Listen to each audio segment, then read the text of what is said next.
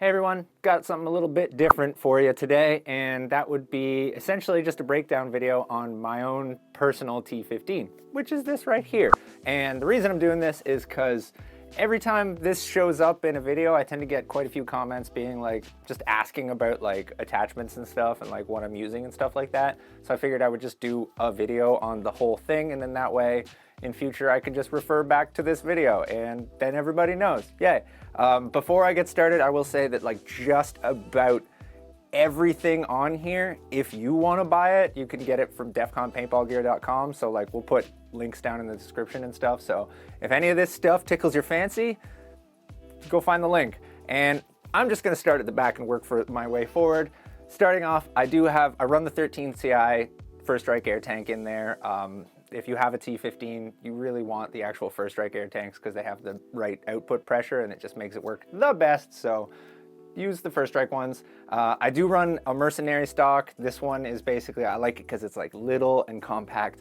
And I've even hacksawed like an inch off of it to make it even littler and more compact because I like small. I am using an on-off ASA right here just because I just really like having one. Like whenever you have to work on your marker, or if you just don't want to have your air engaged all the time, like this is just really nice to have. Like I could not recommend one of these more. Just being able to just turn on and off your air is just, it's good. I recommend it. You should have it, especially if you're doing work on the marker and you don't want to constantly have to take the tank off and on again over and over and over again. Yeah.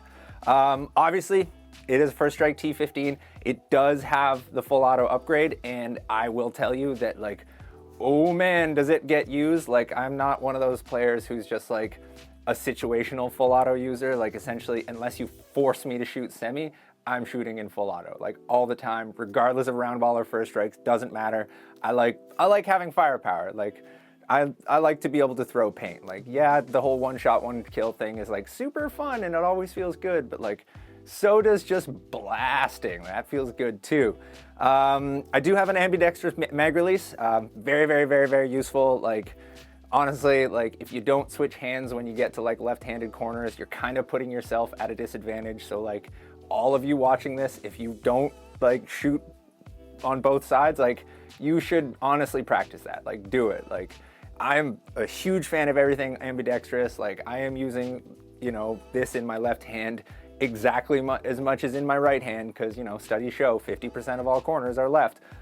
Yeah, so really recommend it. It's just like, it's a really smooth, nice mag release. Like they kind of go in and come out very, very smooth. There's no struggle in it at all. Moving on, my Optic is a solar powered micro dot. So it actually runs off of just like, I say solar powered, but like any light makes it work. So if you're in a well lit area, it's just on, like it just works. You don't have to have it turned on. And then it actually does have a battery in it that if you're in a dark area, you can turn it on, and then that way like your dot doesn't go away as soon as you go into a dark space. Because like otherwise that is a thing. But super, super nice. I really, really recommend these. They're like really small, really light, don't add a lot of weight. And yeah, it's just nice because, you know, you're not killing your battery all the time. Because if you're playing outside, like the natural light just keeps it on, which is really, really cool. As for my handguard, I've got the 7-inch Aggressor handguard. These do come in a bunch of different lengths. I just like it because it looks awesome. That's kind of my thing about it.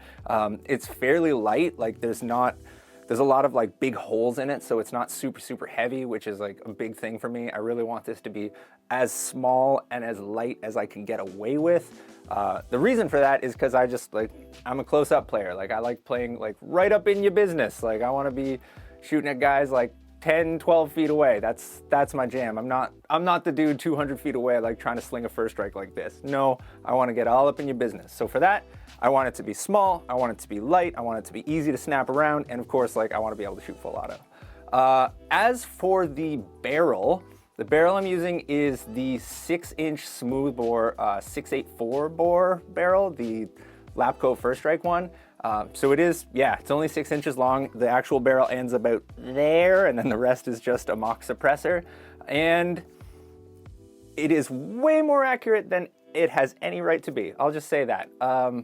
It's only 6 inches long. It's smooth bore, but with round ball and first strikes, it's really, really, really good. Like when I got it, I didn't know what to expect, but like, it's really good. Is it as accurate as maybe like like a 14-inch rifled barrel with first strikes? Probably not, but it's close. It's pretty good. And again, the way I play, the way I'm like very, very up close, I don't really need like pinpoint accuracy, especially if it's gonna make my marker like this friggin' long. I don't want that. In terms of my attachments, I mean, I think they are all fairly obvious at this point. I got a foregrip for foregripping. I do use one of these flashlights because going into like dark places, going into like, you know, inside buildings and stuff that don't have any lights, it's just really, really nice to have a flashlight.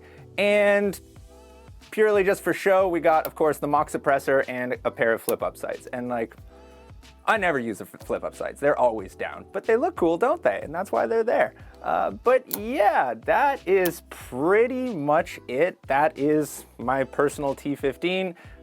It's basically like a close quarters, full auto, like fire hose build, I would call it. Like I just like to spray with this. That's what I like to do. But yeah, what do you guys think? Like, if you like, do you have something similar? Do you have suggestions? Like, what do you think I could do better to make this into an even better close quarters build? Let me know in the comments, and if you want to see more stuff like this, like, let me know that too. And if you can like, subscribe, all that stuff. Thanks for watching.